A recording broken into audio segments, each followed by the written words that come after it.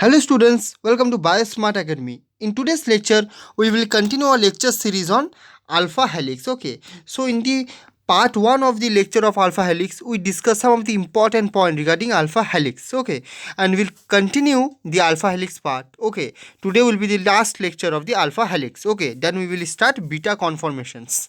Clear?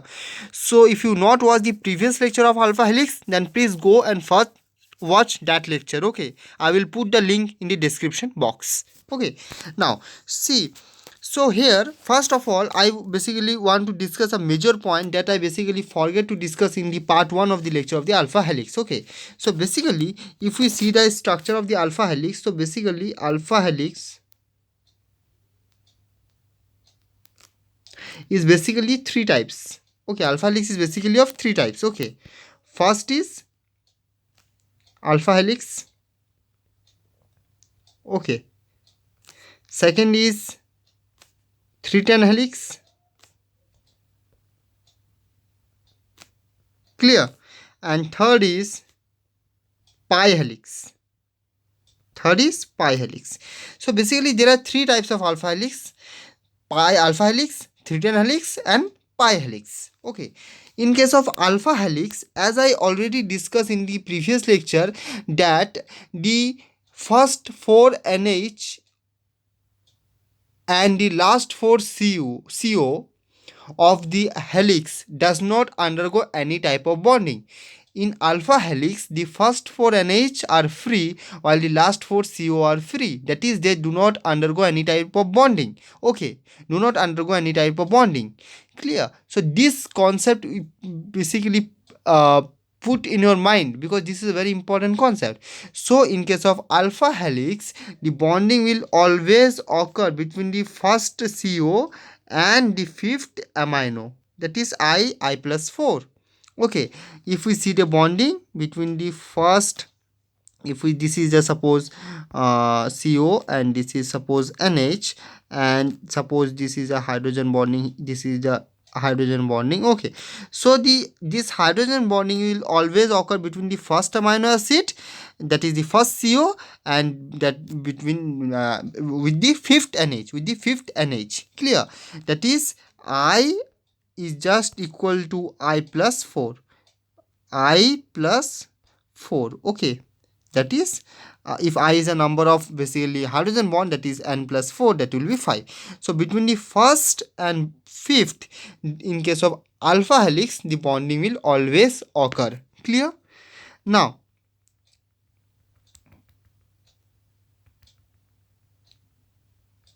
okay, now if we see in case of 310 helix, in case of 310 helix, the bonding will always occur in between the first CO and with the fourth NH, first CO and fourth NH, because in this case more coil occur than alpha and the pi helix. More coiling occur in case of 310 helix, that is in 310 helix the structure is more compact, more compact. Okay, like this.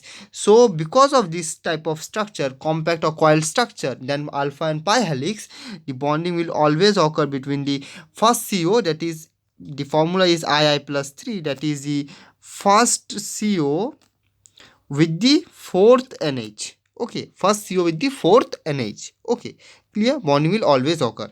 Okay, so that is here in this case I is equal to I plus 3. Clear? Now the last is the pi helix. In case of pi helix, the hydrogen bonding, just look at here, the hydrogen bonding will always occur. The hydrogen bonding will always occur. See, this is hydrogen bonding. The hydrogen bonding will always occur between the first CO, between the first CO with the sixth NH, with the sixth NH. In case of pi helix, that is the formula will be, that is the formula will be I is just equals to I plus 5. Okay, so student, remember these three things. Okay, in case of alpha helix, the formula will be I plus 4, that is the hydrogen bonding will occur between the first CO with the fifth NH. In case of 310 helix, the hydrogen bonded will occur between the first CO with the fourth NH, and in case of pi helix, the hydrogen bonding will occur between the first CO with the sixth NH. Okay, so this is the difference between these three types of helix. Okay, so this is a very important. I hope that you note it down. Clear? Now, let's move to today's topic. Okay, see. So basically, the first thing that we will going to discuss in today's lecture is that why alpha helix more readily form than any other possible conformation. See, we know there are many conformation, beta turn, but if we look at these secondary structures, then we will find out that alpha helix is more readily formed than any other conformation. So we have to find out a possible basically reason behind this. Okay, so the best answer for this type of question you may get in your interview is that it is occurred due to the internal hydrogen helical bond, due to the internal hydrogen helical bonds. Clear? So due to this internal hydrogen helical bonds, the alpha helix are more readily formed than any other possible conformation, and this structure is stabilized by the hydrogen bond between the hydrogen atom attached to the electronegative nitrogen atom. As you all know that is NH.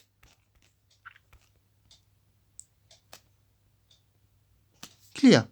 NH, and the electronegative carbonyl oxygen atom of the fourth amino acid, as I already told you. Okay, that is CO, and here the hydrogen bonded will be formed. This is a hydrogen bonding. So basically, alpha helix more readily formed than any other possible conformation because of the internal hydrogen helical bonds, and this internal hydrogen helical bonds, this structure is stabilized by the hydrogen bond between the hydrogen atom attached to the electronegative nitrogen atom of the peptide linkage and the electronegative carbonyl oxygen atom of the fourth amino acid on the amino terminal side of the peptide bond, that is the I plus 4, as I already discussed in my previous basically slide. Okay, I already discussed this. So this is the answer. I hope student you got the answer. If you have any doubt, then you may comment me on the comment box. Clear? Now next, students, there is another question, and this question is very very important. Okay, and this will be the major topic for today's lecture. Okay, that amino acid sequence affects stability of alpha helix. Okay, so we have to identify that basically how the stability of alpha helix affects due to amino acid sequence. Okay, so here we have to keep in mind some important point. Okay, and these points are very very important. Okay, so the first point that here we will going to discuss is the intrinsic propensity. Okay, just note it down. Okay, first point that we basically going to discuss is intrinsic propensity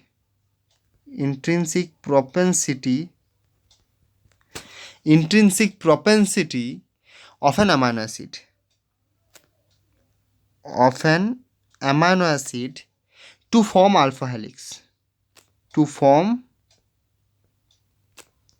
alpha helix. Clear? So basically, in respect of this question, that how the amino acid sequence affect the stability of alpha helix, we have to consider 5 points. Okay, we have to consider 5 points. So the first point that we're going to consider is the intrinsic propensity of an amino acid to form alpha helix. So what do you mean by this word propensity.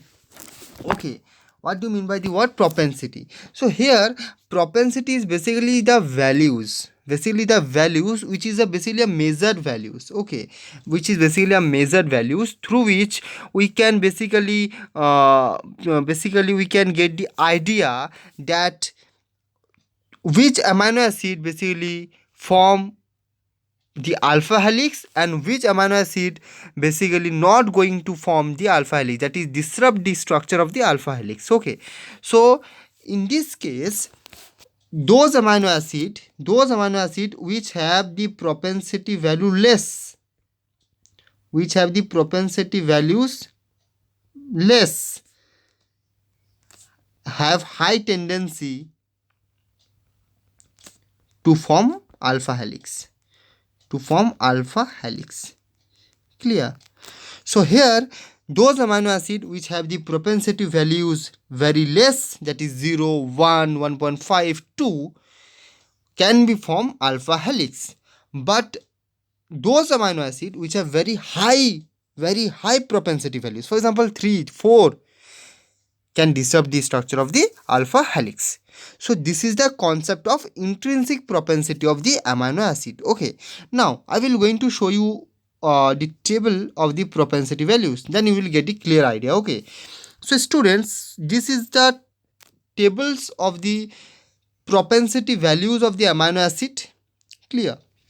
Through this table you get the clear idea that which amino acid going to form the alpha helix and which will not. Okay, so if you see the value of the alanine is basically 0, clear? It means what? Alanine is the amino acid which favored the most to form alpha helix because its value is 0. So alanine will going to form the alpha helix most, it favors most, clear? So I already discussed that those which have less propensity values will favor the formation of alpha helix. Those have high propensity values will not going to form alpha helix, all but it will disrupt the structure of the alpha helix. Now here if you see the structure of glycine,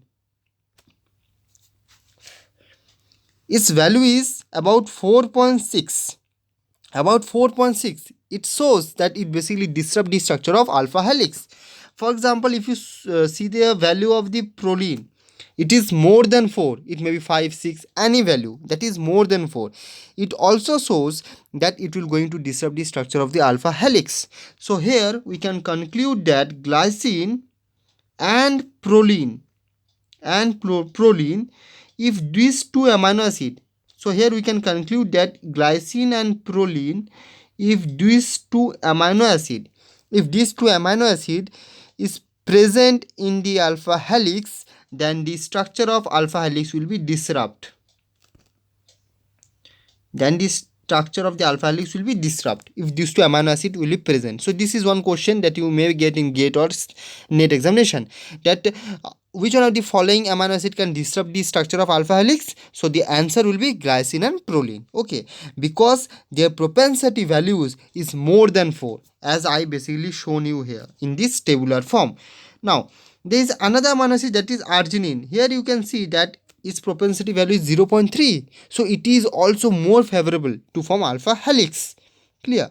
So in this way the propensity values decide of the amino acid decide that which amino acid going to form the alpha helix more favorable and which disrupt the structure of the alpha helix. So students, I hope that you get the clear idea about the intrinsic propensity of an amino acid residue to form alpha helix, clear? Now the second one, that is the second factor that affect the stability of alpha helix. So first factor that we discuss that affect the stability of alpha helix is the intrinsic propensity. Okay, we discuss the first factor as propensity, clear? We discuss it details, propensity. Okay, now the second factor is basically the interaction between the R group, particularly those spaced 3 to 4 residue apart. Okay, interaction between the R group, interaction between R groups. Okay, so this is the second factor that may affect the stability of the alpha helix, that is the interaction between R group. Okay, so here if you basically see that the R group, okay, that is, what do you mean by R group? The R group means the side chains. We all know that R group is a side chain. Okay, so if the interaction between the amino acid side chains, if the interaction between the amino acid side chains or R group can stabilize or destabilize the alpha helical structure. It may be stabilize the alpha helix structure or destabilize the alpha helix structure. Okay. Now, how can it stabilize, destabilize alpha helix structure? For example, suppose if a polypeptide chain has a long glutamic residue, this segment of the chain will not form alpha helix. Okay.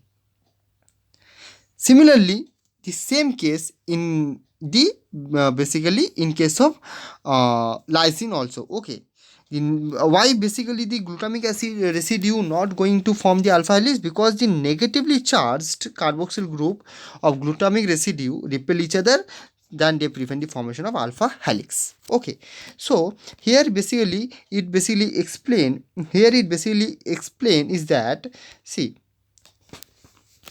so here basically, so the interaction between the R group, this is second factor. Here basically explain is that if glutamate acid, glutamate,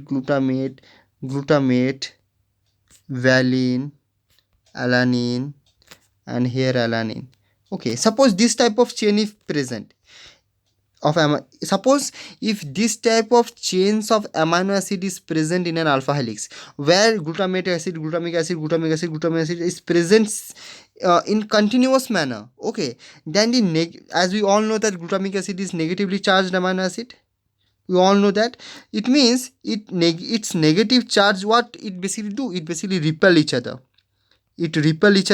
and due to this repulsion it disrupt the structure of the alpha helix, clear? So similarly, if we put alanine, lysine, valine, and alanine. Okay, now suppose suppose if we put the alanine, lysine, valine. Suppose in case of glutamic acid, if we put lysine, okay, similarly we all know that lysine is a positively charged atom, and same thing is happen with the lysine also, that positive charge basically repel each other, and due to this repulsion it may disrupt the structure of the alpha helix, so here the interaction between the R group in this way affects the stability of the alpha helix. So student, I hope that you understand these two factors very clearly, how these two factors affect the structure of the alpha helix. Okay, first factor that we discuss is propensity. I hope that you get the clear idea about propensity. And second factor that is we discuss is interaction between R group. Interaction between R groups. Okay, so in this way, interaction between R groups. So in this way, these two factors, that is propensity, stabilize or destabilize the alpha helix structure, and interaction between the R group stabilize and destabilize the alpha helix structure. Okay, suppose another example, if we take, suppose this is alanine, this is glutamic acid, this is valine, this is alanine, this is alanine, this is valine. Suppose in this way a structure is present in alpha helix, amino acid structure, then in this case it stabilizes the structure of alpha helix. Why? Because in this case you can find out that only one glutamic acid is present, and it will not going to repel the structure, it will not going to repel each other, so here it stabilizes the structure of the alpha helix. So in this way the interaction between the R groups may stabilize or destabilize the structure of the alpha helix.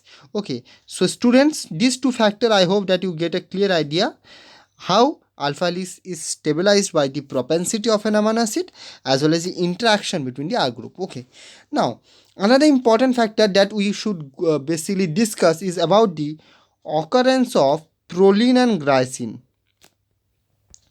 proline and glycine.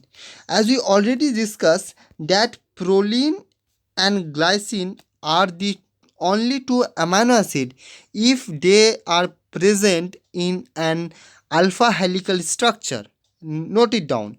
If proline and glycine are present in alpha helical structure, then the alpha helical structure is going to disrupt. Why?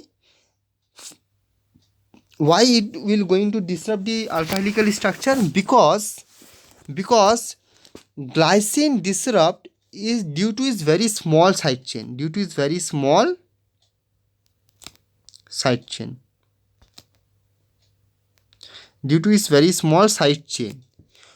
As a result, asymmetry of alpha helix break.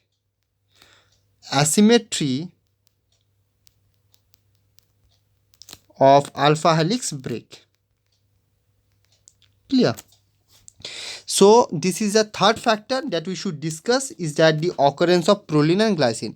If proline and glycine is present in an alpha helical structure, then that alpha helix structure will going to disrupt. Okay, so the question is that why glycine basically disrupt the alpha helix structure? Because the side chain of glycine is so small that it will going to break the asymmetry of the alpha helix, and due to the break of this asymmetry of the alpha helix, it will going to disrupt the structure of the alpha helix. So due to this, structure of the alpha helix is break due to presence of glycine. Now in case of proline disrupt alpha helix structure because, as we know, that proline is stable in cis form. When we discuss about the Ramachandran plot, there I told you that 99% cases transform will be favorable, but only 1% cases cis form will be favorable, and that case is proline. So we know that proline is stable. Proline is stable in cis form. Clear? Proline is stable in cis form, while all the other amino acids,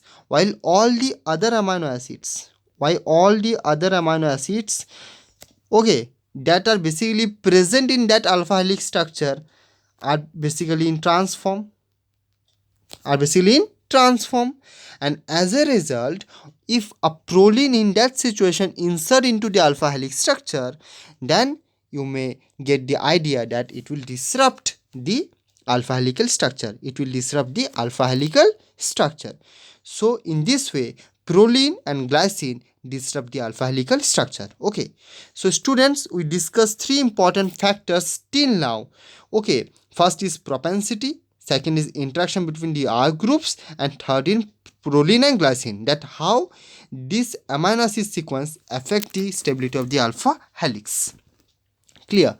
Now the fourth factor that we will going to discuss is that the bulkiness of the adjacent R group.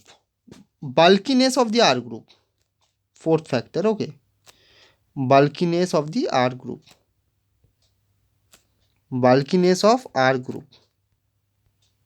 So students, bulkiness of R group means the structure of R group, the more the bulkier, there will be less probability of chance to form the alpha helix. So here there is no question, because the more the bulky the R group, the less the structural form. For example, in case of aromatic amino acids, if aromatic amino acids are present in continuous sequence, that it will disrupt. For example, tryptophan. Okay, it is an aromatic amino acid. Phenylalanine, it is an aromatic amino acid. So if tryptophan, phenylalanine, okay, like this, if it is present in this continuous sequence, then due to the bulky R group, it will disrupt the structure of the alpha helix. So this is another factor that basically going to disrupt the structure of alpha helix. So I hope students you get all the clear idea regarding these factors. Okay, now the last factor that will affect the stability of alpha helix is the interaction between amino acid residue. Just note it down, this last factor, it is also important one. Okay, that is the interaction between amino acid residues at the at the end of the helical segment, at the end of the helical segment, and the electric dipole between, and the electric dipole that occur, electric dipole that occur, okay, dipole. So what does this sentence mean? That is the interaction between the amino acid residue at the end of the helical segment and the electric dipole. Okay, so if you look at the structure, then you will get the clear idea about this. See, this is the amino terminus and this is the carboxy terminus. Here a dipole is present, that is partial positive charge, and here a partial negative charge is present. And due to this partial positive and negative charge, due to this partial positive and negative charge in the whole alpha helical structure, a dipole is created. A dipole is created. Okay, and okay, so I hope that you get the idea. So if you see the structure of the alpha helix, in the amino terminal there is a partial positive charge, as here you can see, that is del positive, and in carboxy terminus there is a partial negative charge, this is a partial negative charge. And due to this partial positive charge, due to this partial positive charge and this partial negative charge, a electric dipole is created, a electric dipole is created, and this electric dipole provide the stability, provide the stability of alpha helix, of alpha helix. So this will going to provide the stability of the alpha helix due to the presence of partial positive and negative charge. Okay, so students, I hope that you get the clear idea about all the factors. So out of all these factors, you have to remember the most important three factors. The first factor is about the propensity. Propensity, this is a most important factor. You have to remember this, you have to take the concept of this. Okay, note it down, all the things that I basically discussed. The second important factor that you should remember is the occurrence of proline and glycine, that how it basically affect this structure of the alpha helix. Okay, because this also basically asked by the interviewers, or basically you get the question on CSI net. This is also another very important factor.